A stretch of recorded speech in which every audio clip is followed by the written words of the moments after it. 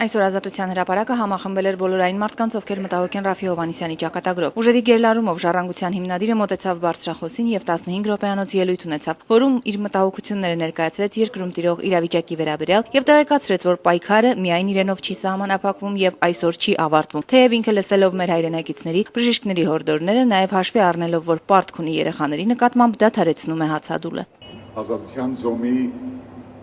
առաջին արարը ավարտված։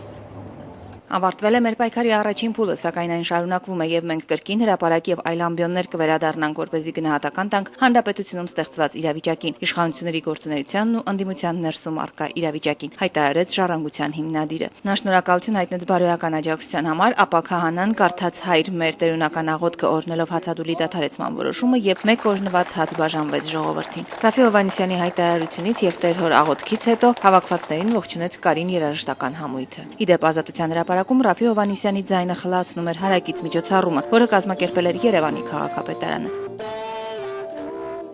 Դիանա Մարկոսյան, Արամ Մնացականյան, ITV։